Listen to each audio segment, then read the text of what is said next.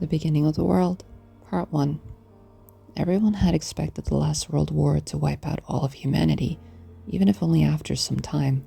The threat of the world ending seemed, compared to the miserable state of most people's day-to-day existence, not so bad.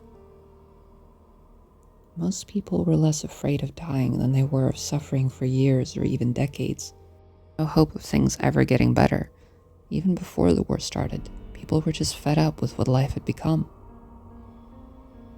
Bit by bit, people started to go off the grid, leaving the war, doing their own thing. So the higher-ups thought that the best way to make people cooperate was to take away their will to fight, to rebel. No one could have guessed what that would lead to in the end. It seemed overnight that the new chemical warfare was invented. Or maybe they had it all along and were just waiting for the right excuse to use it. Either way, without a word of explanation, the disease hit. It stole people's joy, their livelihood, their ability to create.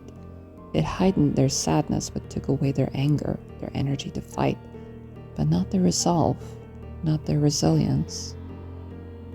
Instead of bickering and hating, the affected majority of humanity came together, without anger, without hatred, without biases, and helped each other through the tears. No one really knows what happened to the people who did this to the world in the first place. No one really cares anymore. The old ways of doing things were systematically done away with. And the first thing to leave was social media. Then, people stopped mass-producing products on the scale they were before and just used what they already had. More people started farming, started making things from scratch the old-fashioned way. But now with new science and understanding of how things work, they created less waste, reused and recycled more. Everything changed so drastically. All the previous hoarding of resources, gatekeeping of important information, it all vanished. Everyone had what they needed. Everyone got help. The only disease that couldn't be cured were the new, strange illness that affected so many people in such aggressive ways, and a small handful of older mental problems. Even now, almost a decade later, so many people are still going through it. No one ever really healed completely. They're struggling. Their mental health just isn't what it should be.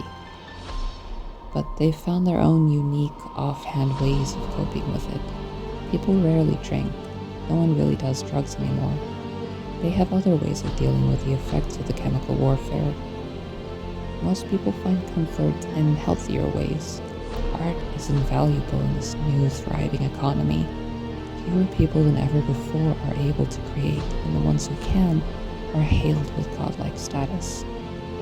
People have divided into cliques based on their own personal lifestyles and interests, and none of them have any bias or dislike towards each other, and people are free to come and go as they please. Everyone belongs somewhere. Everyone fits in. No one has to pretend anymore to feel like they have somewhere to be where people accept them. That was the old way of doing things. Now, this sets the stage for everyone here. The artists I work with, the people who love them, who are in love with them, who they are in love with. I'm not one of the famous artists, the leaders with their devoted cults. I didn't lose my creative abilities when the disease hit. I don't know that I ever had any to begin with. But lately, I've been wanting to do more than just sell paintings and represent artists.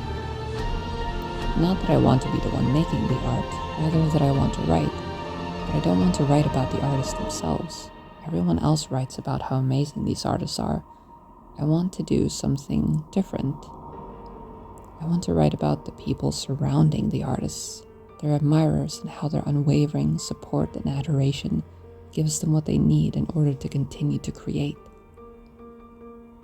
I want to write about the crazy, messy coping mechanisms that everyday people have developed in order to effectively live in this brave new world, and how they adapt to their own madness that cannot be cured. I want to write about the boring, everyday lives that the real heroes live, the ones who are growing crops, passing on medical and technological knowledge, raising the new generation who will live in this brave new world after we're gone. There's still a sort of class system, even now. The difference is that the people at the bottom aren't fighting for scraps. creators are all at the top, with painters and singers at the peak, followed loosely by other artistic types. Writers are at the bottom of the barrel, but they're still higher up than the people who can no longer create at all. Mostly writers serve to uplift the artists, the musicians, dancers, but I want to uplift the everyday people more.